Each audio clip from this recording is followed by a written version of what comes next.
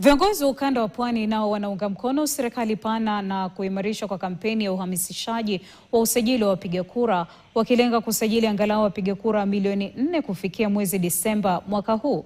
Wakizungumza katika kikao cha mashauriano na viongozi kilichofanyika katika viwanja vya Vipingo, kaunti ndogo ya Kilifi Kusini, viongozi hao walisema kuwa kwa sasa eneo la Pwani lina wapiga kura takriban milioni 1.9 pekee, idadi ambayo kwa mujibu wao haitoshi kulipa eneo hilo nguvu za kisiasa ya kujadiliana na Rais William Ruto kuhusu nafasi ya naibu rais katika uchaguzi mkuu wa mwaka ujao.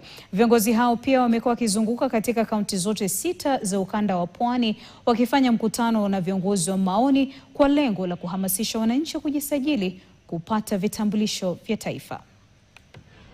Bila kura hauwezi kumweka yule mtu ambaye una haja naye.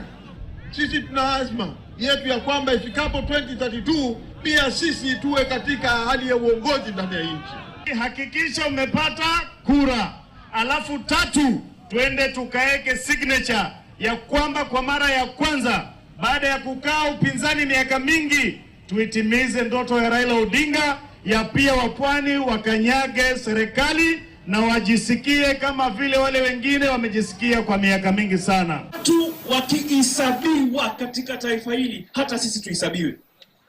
Jamani, mimi nawaambia, mimi ninayo nia siku moja kuwa rais, nayo nia. Hii 2027 hii kiti ya deputy president tutaitafuta. Kitu ambacho sisi kama viongozi kinatubabaisha na kinatutia wasiwasi ni idadi ya kura za Pwani, milioni 2 pekee.